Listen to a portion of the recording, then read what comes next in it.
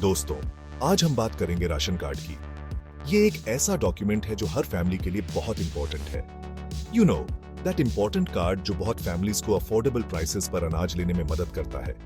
ये कार्ड सिर्फ एक पीस ऑफ पेपर नहीं है, बल्कि एक लाइफलाइन है। It's a lifeline for those who need it most.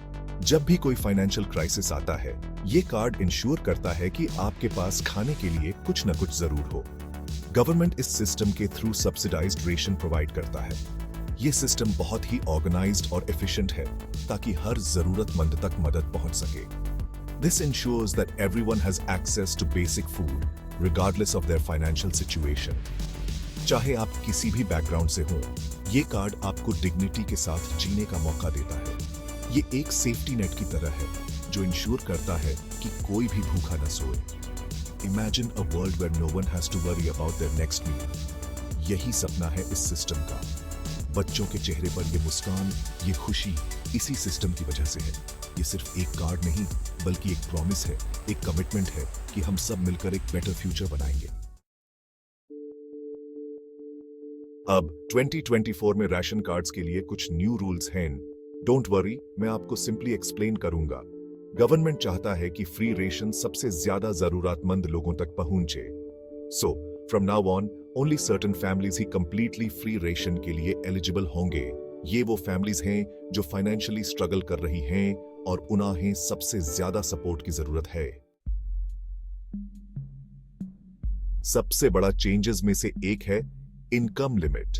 यह एक महत्वपूर्ण पहलू है जो यह निर्धारित करता है कि कौन फ्री रेशन के लिए एलिजिबल है। फ्री रेशन के लिए एलिजिबल होने के लिए एक फैमिली की एनुअल इनकम एक सर्टेन अमाउंट से कम होनी चाहिए। यह सुनिश्चित करता है कि केवल वे लोग जो वास्तव में जरूरतमंद हैं, उन्हें ही यह सुविधा मिले। एक फैमिली की एनुअल इनकम एक सर्टेन अमाउंट से कम होनी चाहिए।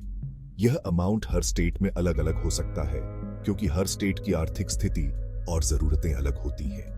यह लिमिट आपके स्टेट के हिसाब से अलग अलग होगी। उदाहरण के लिए, एक स्टेट में इनकम लिमिट 50,000 रुपये हो सकती है, जबकि दूसरे स्टेट में यह 60,000 रुपये हो सकती है।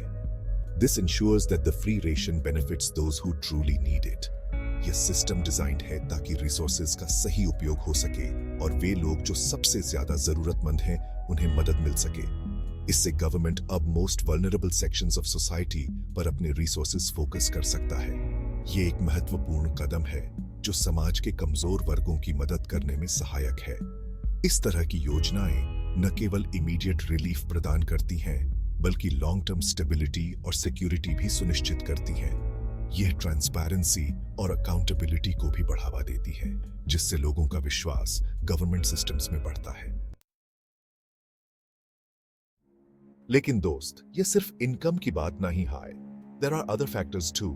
For example, families with disabled members, widows या scheduled castes and tribes से belong करने वालों के लिए क्राइटेरिया अलग हो सकते हैं।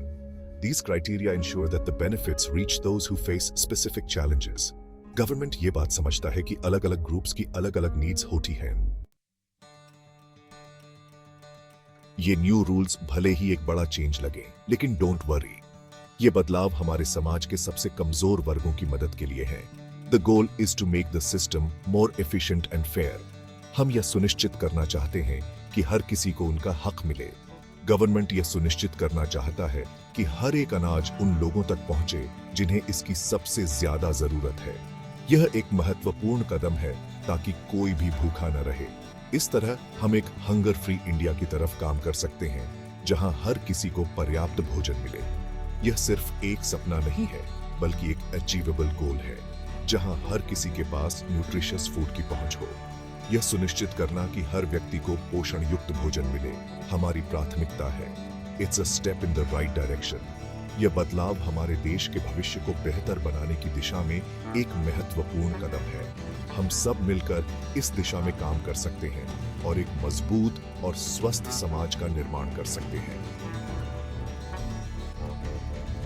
तो लीजिए दोस्त, the new ration card rules all about ensuring that the most vulnerable sections of our society get the support they need. अपने स्टेट में स्पेसिफिक डिटेल्स के लिए अपने लोकल अथॉरिटीज से चेक करना न भूलें। Let's work together to build a stronger and healthier India.